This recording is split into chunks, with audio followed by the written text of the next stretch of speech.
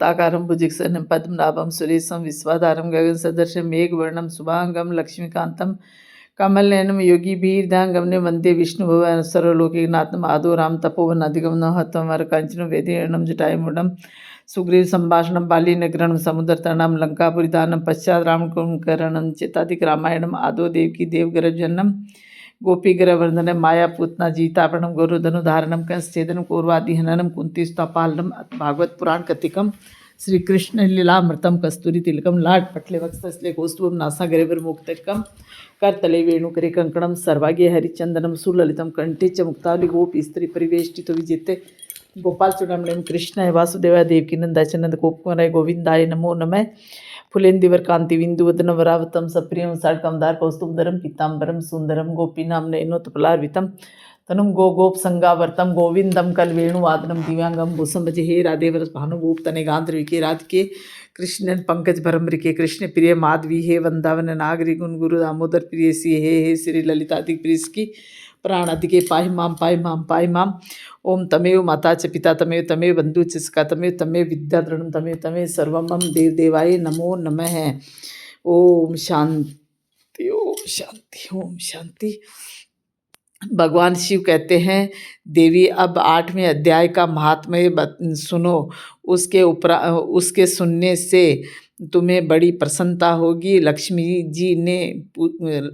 जी के पूछने पर भगवान विष्णु ने उन्हें इस प्रकार 8वें अध्याय का महात्म्य बतलाया था। दक्षिण में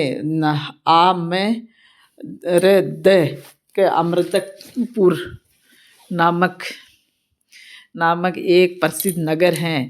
वहाँ भाव शर्मा नामक एक ब्राह्मण रहता था, जिसने वेश्या को पत्नी बनाकर रखा था। वह मांस खाता, मंदिरा पीता, श्रेष्ठ पुरुषों का धन चुराता, पराई स्त्रियों से वह विचार करता और शिकार खेलने में दिलचस्पी रखता था। वह बड़े भयानक स्वभाव का था और मन में बड़े बड़े हौसले रखता था। एक दिन मदिरा पीने वालों का समाज जुटा था। उसमें भाव शर्मा ने भरपेट ताड़ी पी, खूब गले तक उससे चढ़ाया। अतः अजीर्ण से अत्यंत पीड़ित होकर वह पाप कालवश मर गया और बहुत बड़ा ताड़ का वृक्ष हुआ। उसकी धनी और ठंडी छाया का आश्रय लेकर ब्रह्म राक्षस भाव को प्राप्त हुए कोई पति पत्नी वहाँ रहा करते थे। उनके पुनर्जन्म की घटना इस प्रकार है। एक कुशीबल नामक ब्राह्मण था, जो वेदांग के तत्वों का ज्ञाता, संपूर्ण शास्त्रों के अर्थ का विशेषज्ञ और सदाचारी था। उसकी पत्नी स्त्री का नाम कुमती था। वह बड़े खोटे विचार की थी। वह ब्राह्मण विद्वान होने पर भी अत्यंत लोभवश अपनी स्त्री के साथ प्रतिदिन भैंस, काल पुरुष और घोड़े आदि बड़े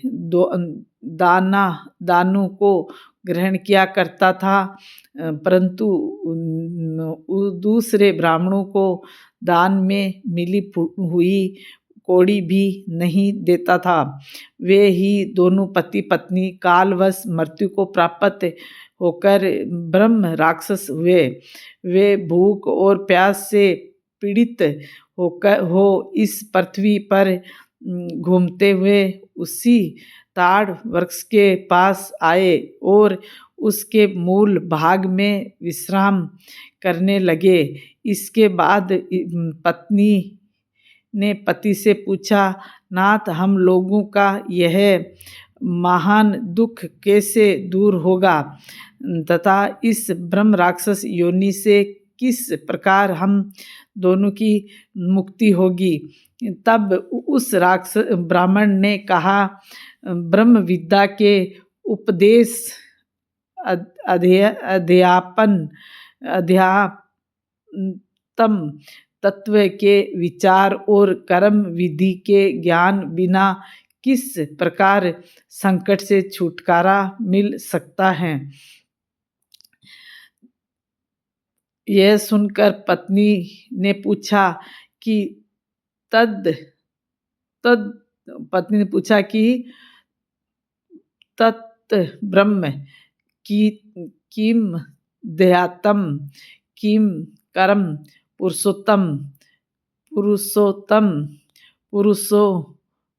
नमतम, वह ब्रह्म क्या है, अध्यात्म क्या है और कर्म कौन सा है। उसकी पत्नी के इतना कहते ही जो आश्चर्य की घटना घटित हुई उसको सुनो। उपयुक्त वाक्य गीता के 8वें अध्याय का आधा श्लोक था। उसके श्रवण से वह वृक्ष उस समय ताड़ के रूप को त्याग कर भाव शर्मा नामक ब्राह्मण हो गया। तत्काल ज्ञान होने से विशुद्ध चित्त होकर वह पाप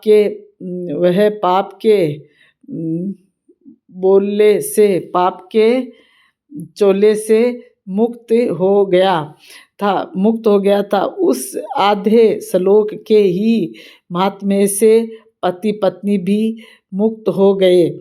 उनके मुख से देवव्रत ही 8वें अध्याय का आधा श्लोक निकल पड़ा था।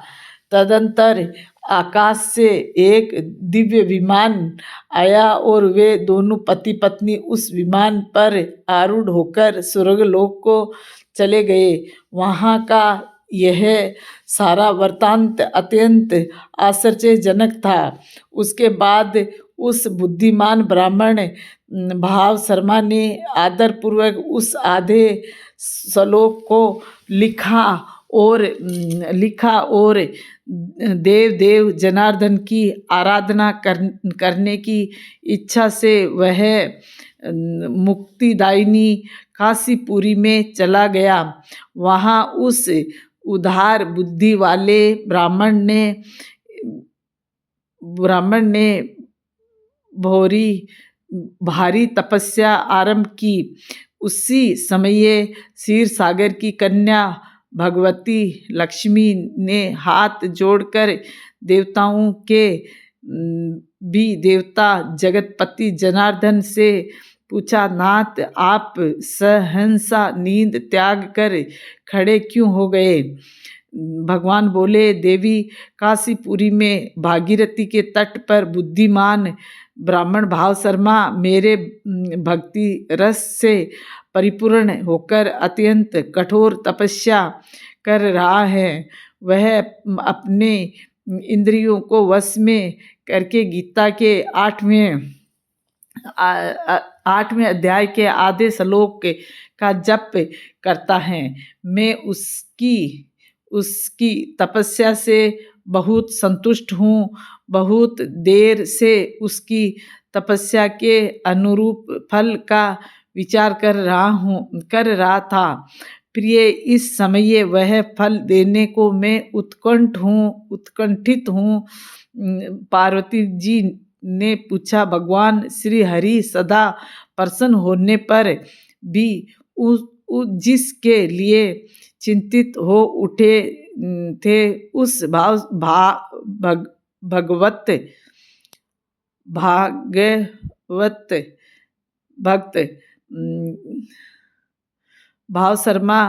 भगवत भाव शर्मा को कौन सा फल प्राप्त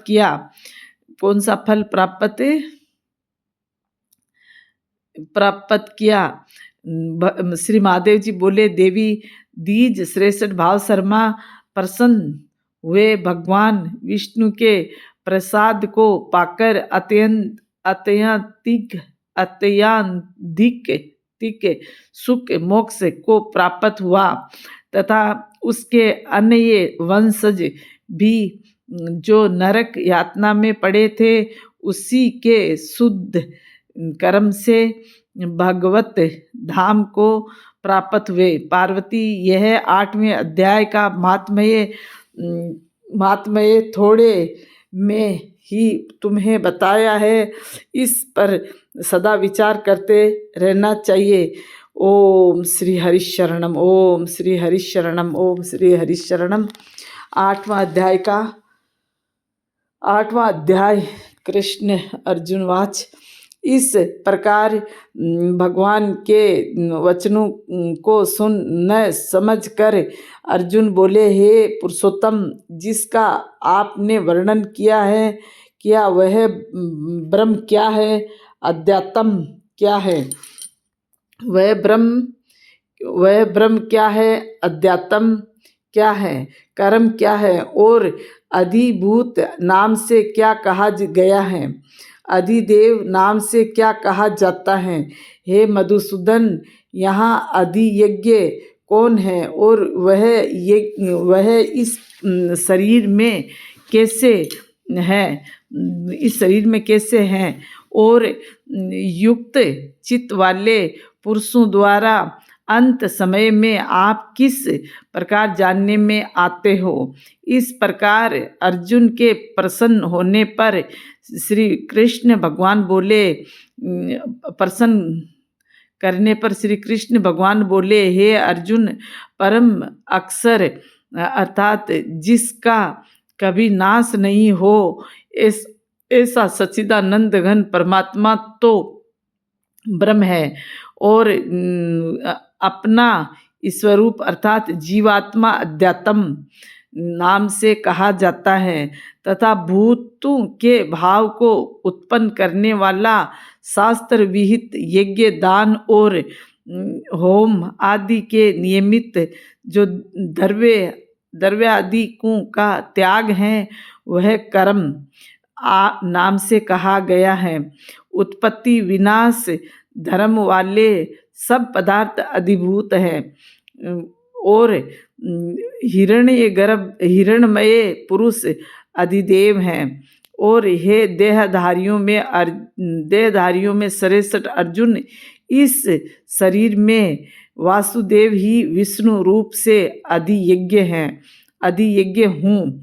और जो पुरुष इस अंतकाल में मेरे को ही स्मरण करता हुआ शरीर को त्याग कर जाता है वह मेरे साक्षात स्वरूप को प्राप्त होता है। इसमें कोई भी संशय नहीं है।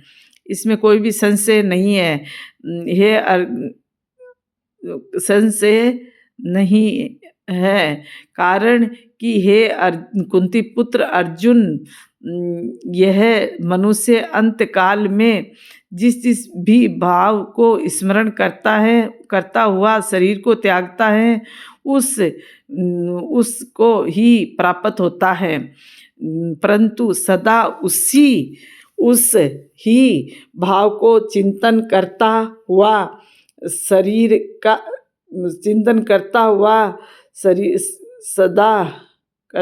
क्योंकि सदा जिस भाव का चिंतन करता है अंतकाल में भी प्राय उसी का स्मरण होता है। इसलिए हे अर्जुन, तू सब प्राणियों में निरंतर मेरा स्मरण कर और युद्ध भी कर। इस प्रकार मेरे में अर्पण किए हुए मन बुद्धि से युक्त हुआ निस्संदेह मेरे को ही प्राप्त होगा। हे पार्थ, यह नियम है कि परमेश्वर के ध्यान के अभ्यास रूप योग में युक्त अन्य तरफ न जानने वाले चित्त से निरंतर चिंतन करता हुआ पुरुष परम प्रकाश रूप दिव्य पुरुष को अर्थात परमात्मा परमेश्वर को ही प्राप्त होता है। इससे जो पुरुष सर्वज्ञ अनादि सबके नियंता सूक्ष्म से भी अति सूक्ष्म सबके धारण पोषण करने वाले अचिंत्य स्वरूप सूर्य के सदृश नित्य चेतन प्रकाश रूप अविद्या से अति परे शुद्ध सच्चिदानंद घन परमात्मा को स्मरण करता है। वह भक्ति युक्त पुरुष अंत काल में भी योग बल से भ्रुकुटी के मध्य में प्राण को अच्छी प्रकार स्थापन करके फिर निश्चल मन से स्मरण करता हुआ उस दिव्य स्वरूप परम पुरुष परमात्मा को ही प्राप्त होता है।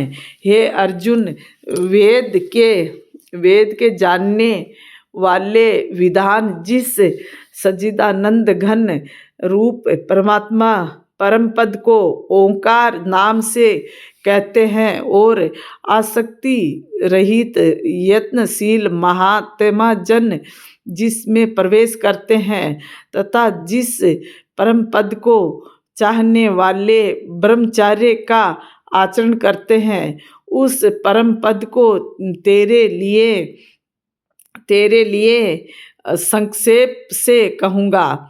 हे अर्जुन, सब इंद्रियों के द्वारों को रोक कर अर्थात इंद्रियों को विषयों से हटाकर तथा मन को हृदय में स्थित करके और अपने प्राण को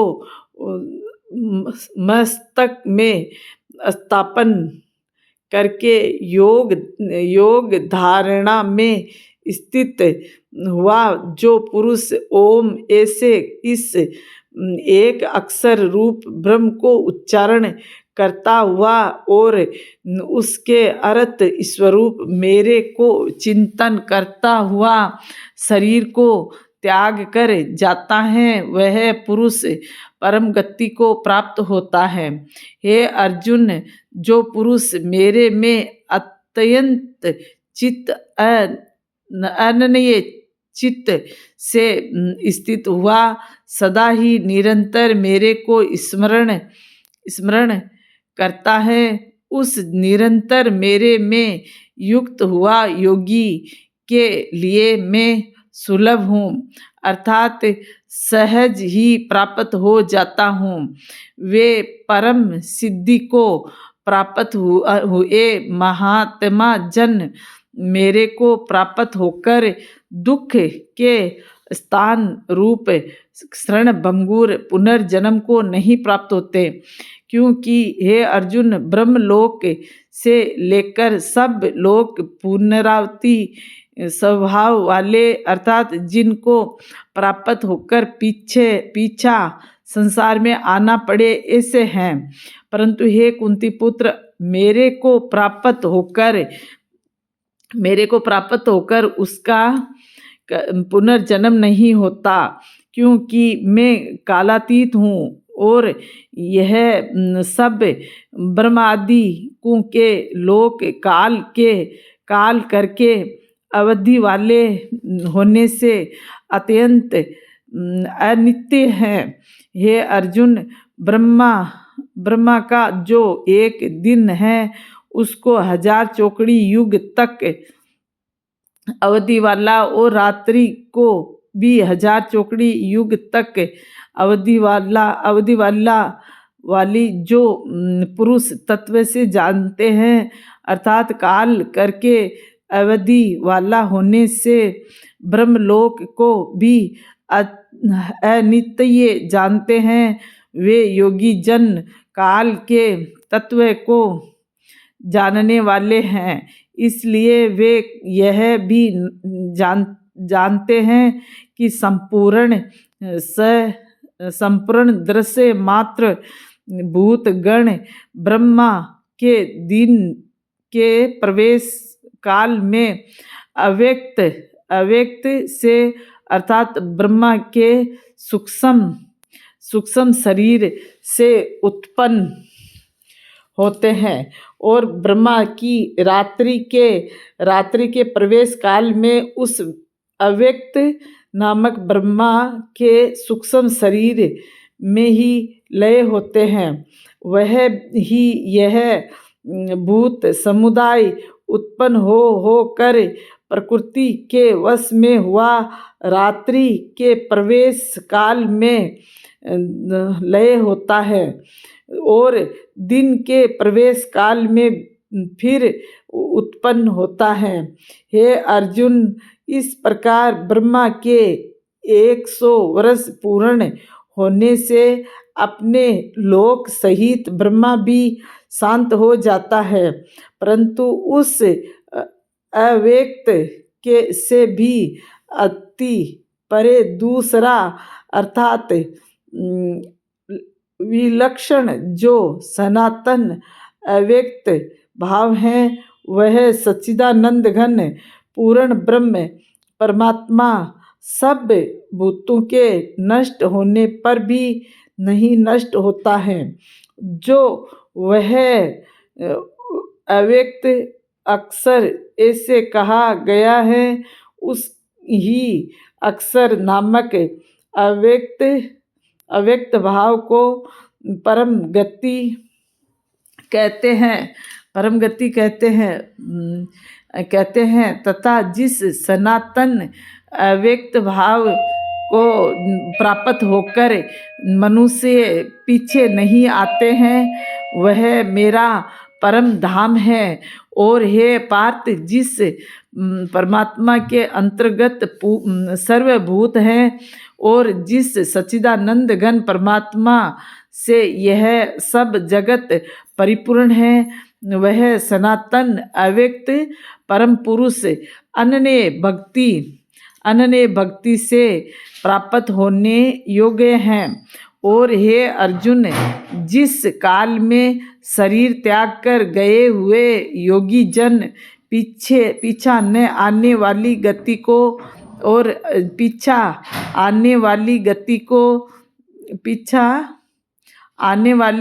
को भी प्राप्त होते हैं, उस काल को अर्थात मार्ग को कहूँगा।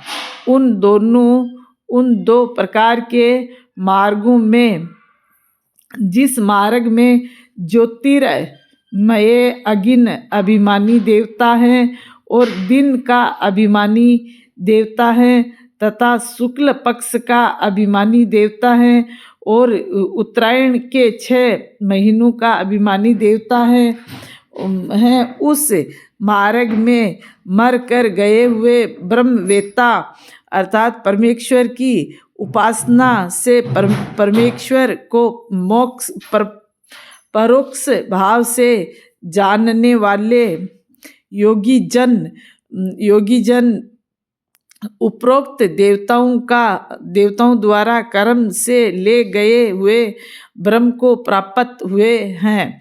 जिस मार्ग में धूमा अभिमानी देवता हैं और रात्रि अभिमानी देवता हैं तथा कृष्ण पक्ष का अभिमानी देवता हैं और दक्षिणायन के 6 महीनों का अभिमानी देवता हैं, उस मार्ग में मर कर गया हुआ सकाम कर्म योगी उपरोक्त देवताओं द्वारा कर्म से ले गया हुआ चंद्रमा की ज्योति को प्राप्त होकर स्वर्ग में अपने शुभ कर्मों का फल भोग कर पीछा आता है।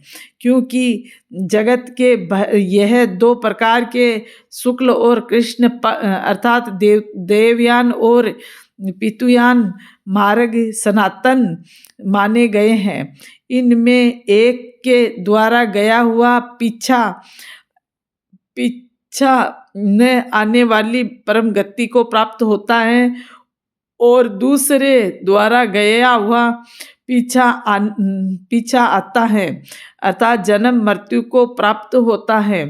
हे पार्थ, इस प्रकार इन दोनों मार्गों को तत्व से जानता हुआ कोई भी योगी मोहित नहीं होता है, अर्थात फिर वह निष्काम भाव से ही साधन करता है, कामनाओं में नहीं फंसता। इस कारण हे अर्जुन, तू सब काल में समत्व बुद्धि रूप योग से युक्त हो, अर्थात निरंतर मेरी प्राप्ति के लिए साधन करने वाला हो, क्योंकि योगी पुरुष इस रहस्य को तत्व से जानकर वेदों के पढ़ने में तथा यज्ञ तप और दान आदि को के करने में जो पुण्य फल कहा है, उस सब को निस्संदेह उल्लंघन कर जाता है और सनातन परम पद को प्राप्त होता है। इति श्रीमद् भागवत गीता रूपी उपनिषद एवं ब्रह्म विद्या तथा योग शास्त्र विषयक श्री कृष्ण और अर्जुन के संवाद में अक्षर ब्रह्म योग नामक 8वां अध्याय समाप्त। बोलो श्री कृष्ण चंद्र भगवान की जय। जय जय श्री राधे, जय जय श्री राधे, जय जय श्री राधे श्याम। दंडोत गुरु आचार्य, दंडोत जुगल सरकार, दंडोत प्रिया जू लाल जू, दंडोत जुगल सरकार। जय जय श्री राधे, जय जय श्री राधे।